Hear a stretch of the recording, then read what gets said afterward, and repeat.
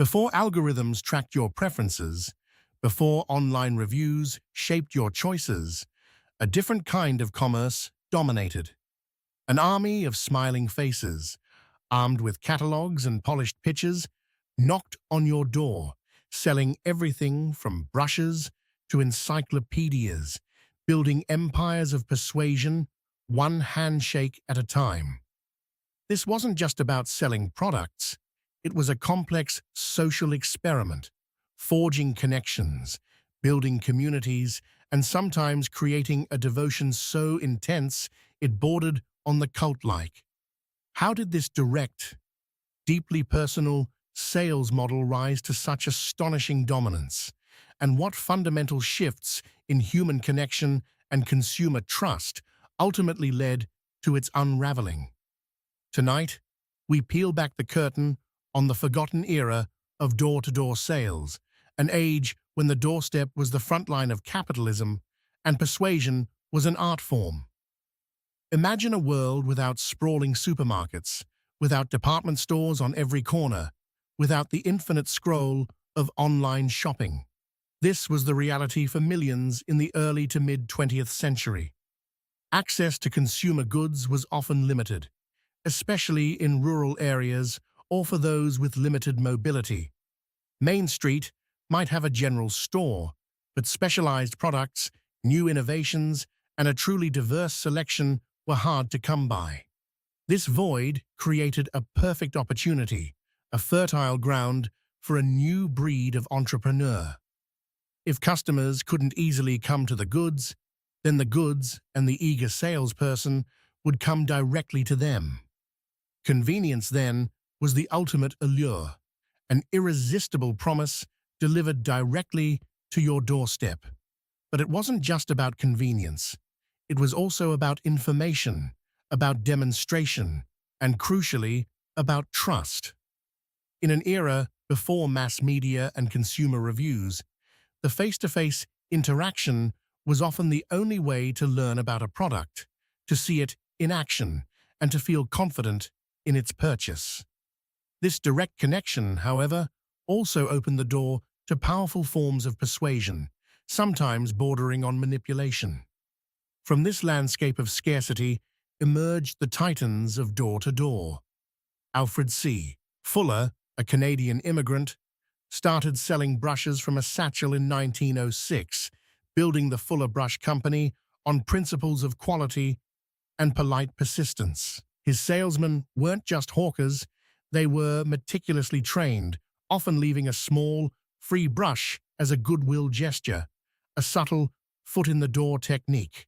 Fuller understood the power of a relationship. Then there was Axel Wenner-Gren and Electrolux. While Fuller offered household necessities, Electrolux brought luxury and cutting-edge technology, the vacuum cleaner. These were high-ticket items, requiring elaborate demonstrations to justify their cost. The Electrolux salesman became legendary for his aggressive tactics, his ability to turn a casual conversation into a full-blown, in-home spectacle designed to mesmerize and compel. They weren't just selling a vacuum, they were selling a vision of a cleaner, easier life. The training was intense, almost militaristic, focusing on scripts, overcoming objections, and psychological tactics to close the sale. These men were missionaries of modernity, true believers in their products and in the system that promised them prosperity. But this male-dominated, often high-pressure approach was about to meet its match, in a way no one could have predicted. While men were conquering doorsteps with brushes and vacuums, a quiet revolution was brewing in suburban living rooms. Enter Earl Tupper, who invented airtight plastic containers, and Brownie Wise, the marketing genius who unlocked their true potential. Tupper initially sold his products through hardware stores with little success. Wise, a former Stanley Home Products saleswoman, saw that the true magic happened not in a store, but in a social setting, the Tupperware party. Starting in the late 1940s, Wise transformed direct sales into a community event. Women hosted parties, inviting friends and neighbors, creating a low-pressure, social environment where products sold themselves through peer recommendation and collective experience.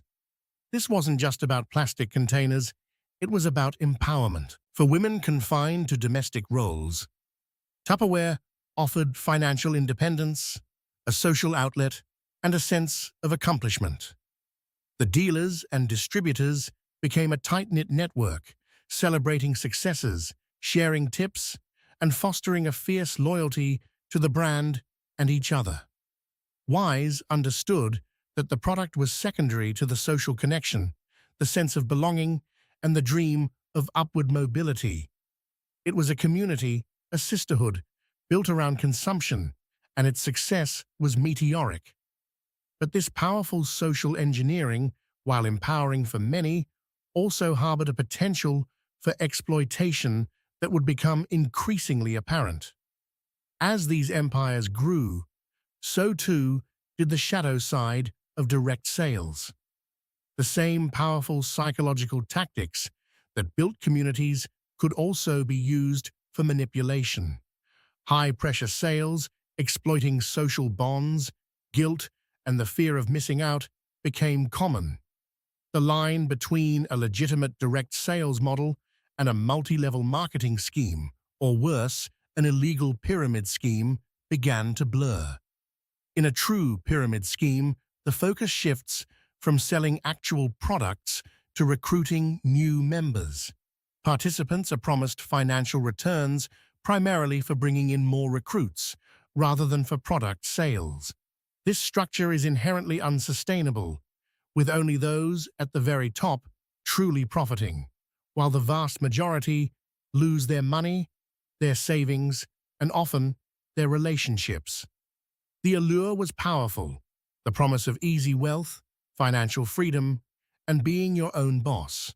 For those struggling, these promises could be irresistible, masking the high startup costs, the relentless pressure to recruit, and the low probability of success. Stories emerged of basements filled with unsold products, of strained friendships, and of shattered dreams. The very intimacy that made door-to-door so effective also made it vulnerable to exploitation, turning trusted connections into targets and blurring the ethical boundaries of commerce. The golden age of door-to-door couldn't last forever.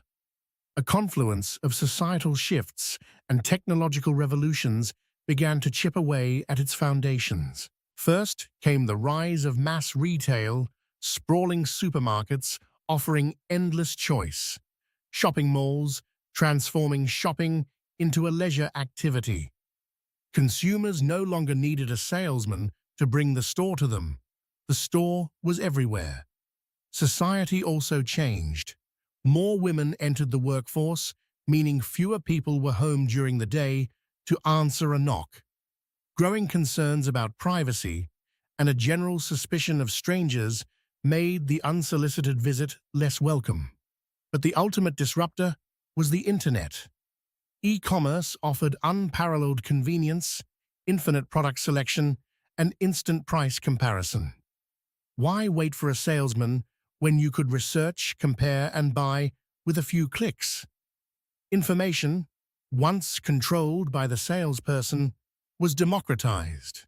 The unique selling propositions of door-to-door, convenience, demonstration, and personal information were rendered obsolete. The persuasive power of a smile and a handshake could not compete with the anonymity and efficiency of a digital marketplace. The empire, built on face-to-face trust, began to crumble under the weight of a new, impersonal age. Yet direct sales didn't disappear entirely. It simply evolved, adapting to the digital age. Multi-level marketing, or MLM, inherited many of the core mechanics and aspirations of the old door-to-door model. Today, MLMs thrive not on doorsteps, but in the digital realm. Social media platforms, online communities, and influencer marketing have become the new Tupperware parties, scaling the reach of individual sellers far beyond the neighborhood. The promise remains potent: financial freedom, entrepreneurship, and belonging to a supportive community. For many, especially women seeking flexible work, MLMs still offer a path to supplemental income and social connection. However, the fundamental debates persist. Are these opportunities truly empowering, or do they simply leverage social networks for a system that often benefits only a few at the top? The legal challenges, ethical questions, and stories of both immense success and profound disappointment continue to define the MLM landscape. It's a testament to the enduring human desire for connection, for purpose, and for the dream of building something of your own, even when the odds are stacked against you. The door-to-door empires were a fascinating chapter in economic history, a mirror reflecting the needs and vulnerabilities of their time. They rose to meet a demand for goods and information in a world without easy access, building powerful organizations on the back of personal persuasion and relentless training. They offered convenience, community, and opportunity, but also, at times, led to exploitation and dashed hopes. Today, the unsolicited knock on the door is largely a ghost of the past. Our homes are fortresses of privacy, our shopping habits dictated by algorithms, not charisma. We've gained efficiency and choice, but perhaps lost something too: a certain kind of direct, human connection that, for better or worse, shaped communities and commerce for generations. The art of direct persuasion still lives, albeit in new forms, in influencer marketing, in personalized online ads, in the curated communities of social media. The fundamental human desire to connect, to belong, and to be persuaded remains. It's simply found new platforms. If you found this journey into a forgotten empire intriguing, be sure to hit that subscribe button and join us for more explorations into the forces that shape our world.